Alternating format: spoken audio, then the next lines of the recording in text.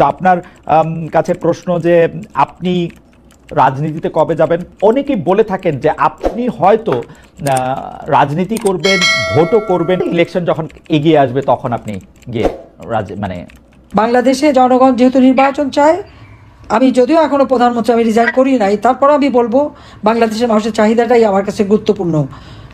একদম সম্পূর্ণ নিরপেক্ষ তত্ত্বাবধায়ক সরকার গঠন করে তার অধীনে নির্বাচন দিতে হবে। ইউনূসের অধীনে কোনো নির্বাচন সফল হবে না, কোনো জনগণ ভোট দিতে পারবে না। সে তো জঙ্গি, সন্ত্রাসী এবং তারেক জিয়া আর এক জঙ্গি, এদেরকে নিয়ে সে সমস্ত ভোট নষ্ট করবে। কাজেই নির্বাচন হতে হবে একেবারে অবাধ, নিরপেক্ষ, সুষ্ঠু নির্বাচন, একজন তত্ত্বাবধায়ক সরকার, সম্পূর্ণ নিরপেক্ষ তত্ত্বাবধায়ক সরকার অধীনে নির্বাচন হতে হবে, যেখানে সকল মানুষ তার ভোট দেওয়ার স্বাধীনতা পায়।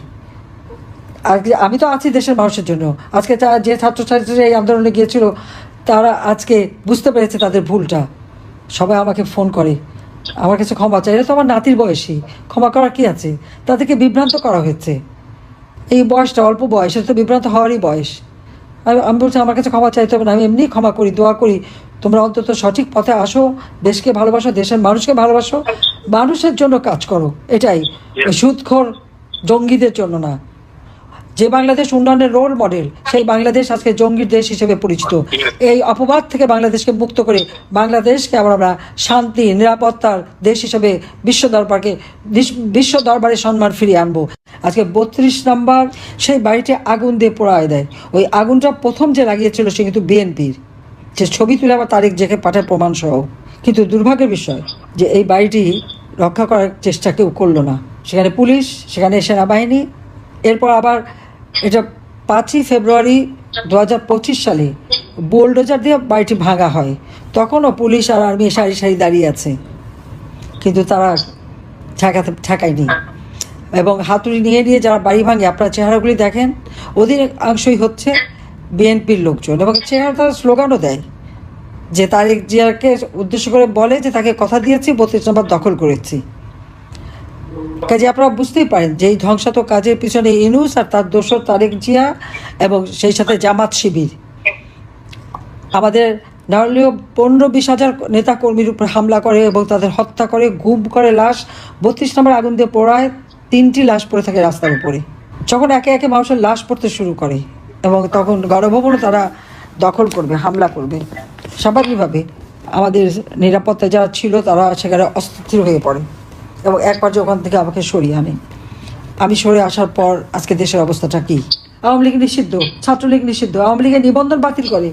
আওয়ামী লীগের নিবন্ধন বাতিল করার ইউনূসকে, ডক্টর ইউনূসকে আমি সেটা জিজ্ঞাসা করি, সে কি জনগণের ম্যান্ডেট নিয়ে ক্ষমতা এসেছে? সে কি সাংবিধানিকভাবে ক্ষমতা এসেছে? আমরা তো জনগণের নির্বাচিত প্রতিনিধি। আমি তো জনগণের ভোটে নির্বাচিত, সংসদ কর্তৃক স্বীকৃত আমি প্রধানমন্ত্রী।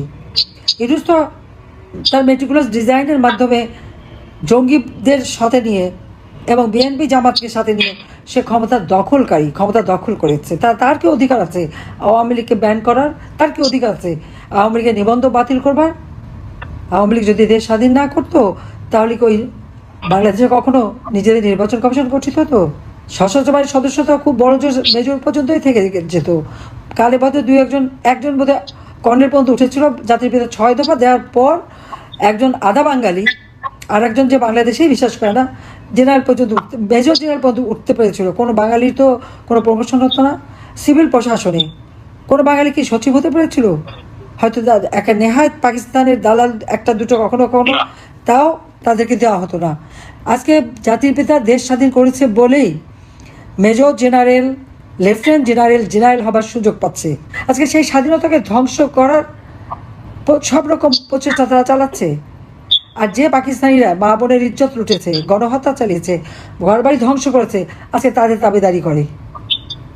দাবিদারি করা মানে পরাধীন থেকে ওই পাকিস্তানিদের বুটের লাথিটাই যেন এদের জন্য পছন্দ ছিল। জাতির পিতা যে তাদের সম্মান দিয়ে গেছে স্বাধীন দেশের নাগরিক, এটা পছন্দ হচ্ছে না। সেই জন্য তো মুক্তিযোদ্ধাদের আজকে অপমান করা হয়, স্বাধীনতার সকল স্মৃতি ধ্বংস করা হয়, ইতিহাস মুছে ফেলা হয়। কিন্তু শহীদের রক্ত বৃথা যায় না। লাখো শহীদের রক্তের বিনিময়ে অর্জিত এই স্বাধীনতাকে ধ্বংস হতে দেওয়া যাবে না। আমি আপনাদেরকে এটুকুই বলবো যে আমাদের সকল বন্দীদের মুক্তি দিতে হবে, সমস্ত মিথ্যা মামলা প্রত্যাহার করতে হবে, আমাদের পরিবারের উপরে যে হামলা চালাচ্ছে সেটা বন্ধ করতে হবে। আওয়ামী লীগের নেতাকর্মী গ্রামগঞ্জে সাধারণ মানুষের উপর যে জুলুম চালাচ্ছে সেটা বন্ধ করতে হবে। সাংবাদিকের স্বাধীনতা, সংবাদপত্রের স্বাধীনতা, মিডিয়ার স্বাধীনতা দিতে হবে। আইনজীবীরা যেন স্বাধীনভাবে তারা তাদের ক্লায়েন্টের পাশে দাঁড়াতে পারে সে ব্যবস্থা করতে হবে। আইনের শাসন নাই, কিচ্ছু নাই দেশে, সব শেষ করছে। আইনের শাসন প্রতিষ্ঠা লাভ করতে হবে। আমি জানি ইউনূস এ ব্যাপারে ব্যর্থ, সে পারবে না। ২৫ আগস্ট একের পর এক মানবাধিকার লঙ্ঘন করে যাচ্ছে আর সমস্ত দোষ আমাদের উপরে দিচ্ছে। আমার আওয়ামী লীগের লোক মেরে সেখানে আন্তর্জাতিকভাবে সব জায়গায় সে প্রচার করে বেড়ায় যেগুলি সব আওয়ামী লীগ করে। তার তো টাকা আছে, সে বাংলাদেশের টাকা চুরি করছে, লক্ষ লক্ষ কোটি কোটি টাকা সে বানিয়েছে এবং সেই টাকা খরচ করে বিভিন্ন আন্তর্জাতিক মিডিয়া থেকে শুরু করে সব জায়গায়, তারপর আবার সিনেমা তৈরি করে সেই শহীদুল্লাহ সে আবার শর্ট ফিল্ম করে ইউনিভার্সিটিতে দেখায়, সমস্ত মিথ্যা বয়ান দিয়ে দিয়ে দেখাচ্ছে। অথচ সেই আবু সাইদ থেকে শুরু করে মুগ্ধ থেকে শুরু করে যতগুলি হত্যাকাণ্ড, সেই হত্যাকাণ্ডগুলি এটা আমরা করি নাই, এসব ইউনূসের সেই নিজের করার, এটা তার পরিকল্পিত। বিএনপি কি ভেবেছে সেটা আমি জানি না, তারা মনে হয় সাপের 5 পা দেখে ফেলেছে নাকি। ওরা যে লাফাচ্ছে আর এরকম একটার পর একটা ঘটনা ঘটাচ্ছে, সাথে জামাত তো আছেই, তাদের তো খুন খারাপই। তো এরপরে তাদের ভবিষ্যৎ কী, সেটাই আমার প্রশ্ন। আওয়ামী লীগ নিষিদ্ধ, আওয়ামী লীগের কাজ করতে দেবে না, ছাত্রলীগ নিষিদ্ধ। অপরাধটা কি? আমাদের দেশ স্বাধীন করেছি, দেশের উন্নয়ন করে দিয়েছি, বাংলাদেশকে উন্নয়নশীল দেশের মর্যাদা করেছি, দারিদ্রের হার কমিয়েছি, এটাই কি অপরাধ হয়ে গেল? জুলাই হত্যাকাণ্ডের বিচারে আপনাদের অন্যতম চ্যালেঞ্জ হচ্ছে শেখ হাসিনাকে ভারত থেকে ফেরত আনা যাবে কিনা। অন্যদিকে আমরা দেখলাম যে জনাব ওবায়দুল কাদের নাকি 3 মাস দেশেই ছিলেন, তারপরে তিনি চলে গেছেন। বিচার প্রক্রিয়ায় আপনারা কি আসলে সবার সহযোগিতা পাচ্ছেন কিনা? আপনার কি মনে হয় তিনি কিভাবে দেশ ছেড়ে চলে গেলেন? এই সরকারের মধ্যেই কি কেউ কেউ তাকে দেশ ছেড়ে চলে যেতে সাহায্য করেছেন?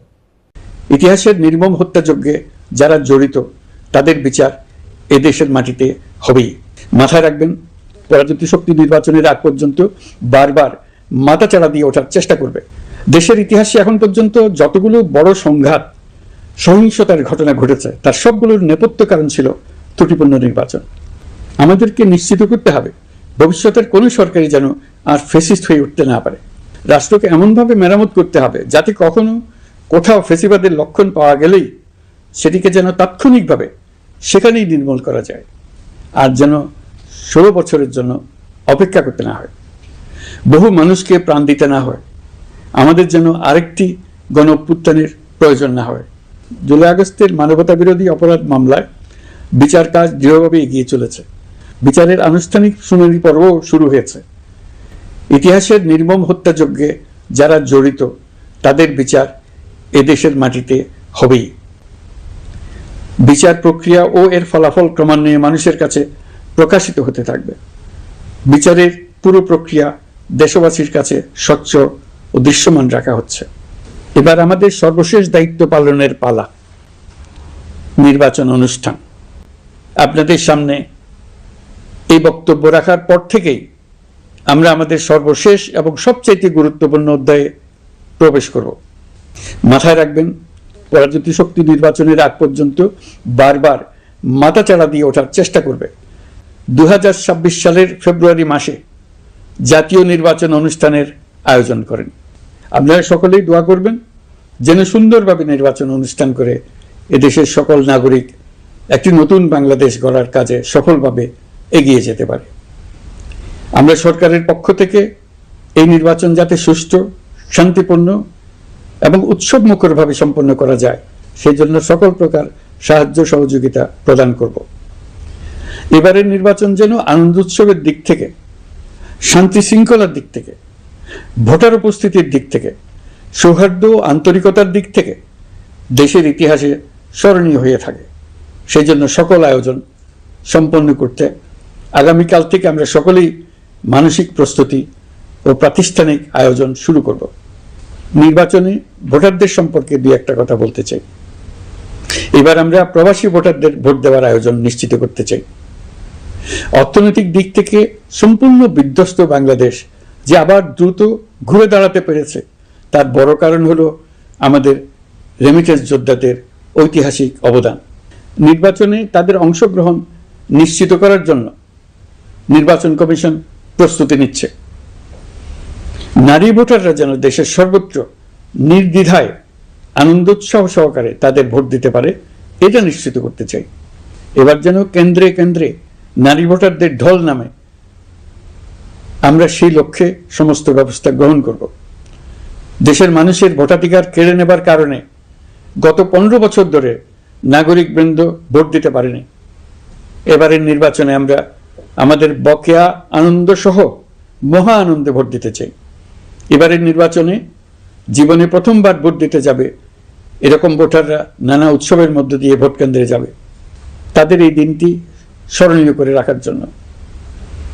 এর মধ্যে নতুন নারী ভোটার থাকবে, নতুন পুরুষ ভোটার থাকবে, এর মধ্যে এমন ভোটার থাকবে যারা 15 বছর আগে থেকেই ভোট দিতে পারত কিন্তু জীবনে একবারও ভোট দিতে পারেনি। এর মধ্যে আসবে যারা 10 বছর আগে, 5 বছর আগে ভোট দিতে পারত কিন্তু পারেনি। আর আসবে ভাগ্যবান ও ভাগ্যবতীর দল যারা এই প্রথমবার ভোটার হওয়ার যোগ্যতা লাভ করলো এবং সঙ্গে সঙ্গে ভোট দেওয়ার সুযোগও পেয়ে গেল। নির্বাচনের দিনকে আমরা ঈদের উৎসবের মতো করতে চাই। এবারের ভোটের আনন্দ থাকবে সবার মধ্যে। আপনারা সবাই বাচ্চা কাচ্চাদের নিয়ে ভোট কেন্দ্রে যাবেন। নাগরিক অধিকার প্রয়োগের মহা আনন্দ পরবর্তী বংশধরদের কাছে তুলে ধরার জন্য এখন থেকে প্রতিদিন আলাপ আলোচনা করুন। আপনার এলাকায় ভোটদান ব্যবস্থা কেমন হলে সুন্দর হয়, কেমন হলে আনন্দমুখর হয়, সেটা আগে থেকে ঠিক করার জন্য নতুন বাংলাদেশ গড়ার কাজের ভিত্তি রচনা হবে এবারের নির্বাচনে। তার জন্য প্রস্তুতি নিন। প্রিয় দেশবাসী, দেশের ইতিহাসে এখন পর্যন্ত যতগুলো বড় সংঘাত, সহিংসতার ঘটনা ঘটেছে তার সবগুলোর নেপথ্য কারণ ছিল ত্রুটিপূর্ণ নির্বাচন। ত্রুটিপূর্ণ নির্বাচনের মধ্য দিয়ে কোনো দল যদি গায়ের জোরে নির্বাচিত হয়ে ক্ষমতায় আসে তার চূড়ান্ত পরিণতি কি তার জুলাই অভ্যুত্থান আমাদের দেখিয়ে দিয়েছে। আমরা ইতিহাসের কলঙ্কিত কোন অধ্যায়ের পুনরাবৃত্তি আর করতে চাই না। আপনারা প্রত্যেকেই অবগত আছেন একটা গোষ্ঠী নির্বাচনকে বাধাগ্রস্ত করার জন্য উন্মুখ হয়ে আছে। তারা দেশের গণতান্ত্রিক অগ্রযাত্রাকে ব্যাহত করতে দেশের বাইরে বসে ভেতরে থেকে নানা অপচেষ্টায় লিপ্ত রয়েছে। আমাদেরকে অবশ্যই খেয়াল রাখতে হবে তারা যেন নির্বাচনকে সংঘাতময় করে তোলার কোনো রকমের সুযোগ না পায়। কিন্তু একটি অবাধ, সুষ্ঠু, নিরপেক্ষ নির্বাচন সফলভাবে আয়োজন করা গেলে অপশক্তির পরাজয় চূড়ান্ত হবে। নির্বাচন সংক্রান্ত বিষয়ে প্রতিনিয়ত পরামর্শ নেওয়ার জন্য আমরা প্রযুক্তির সাহায্য নেব। এই জন্য একটি অ্যাপ তৈরির উদ্যোগ নিচ্ছি। দ্রুত এই অ্যাপটি চালু হবে। আপনারা আপনাদের সকল পরামর্শ, সকল মতামত, সকল আশঙ্কা এবং উদ্যোগের কথা এই অ্যাপের মাধ্যমে আমাদেরকে জানাবেন। আমরা তা যথাযথ কর্তৃপক্ষকে জানিয়ে দেব, সমস্যা সমাধানের জন্য ব্যবস্থা নেব। রাজনৈতিক দলগুলোর প্রতি আমার আহ্বান থাকবে আপনাদের নির্বাচনী ইশতেহারে, আপনাদের প্রতিশ্রুতি, প্রতিজ্ঞা, পরিকল্পনায় কোনো কিছুতেই যেন তরুণরা বাদ না পড়ে, নারীরা বাদ না পড়ে। মনে রাখবেন যে তরুণ তরুণীরা বাংলাদেশকে বদলে দিয়েছে তারা বিশ্বকেও বদলে দেওয়ার ক্ষমতা রাখে। আপনার দল থেকে তাদেরকে সেই সুযোগ দেওয়ার উদ্যোগ নেন। আগামী নির্বাচনে সবাই নিরাপদে যার যার পছন্দের প্রার্থীকে ভোট দেবে, এটা নিয়ে কারো কোনো আপত্তির সুযোগ রাখা যাবে না।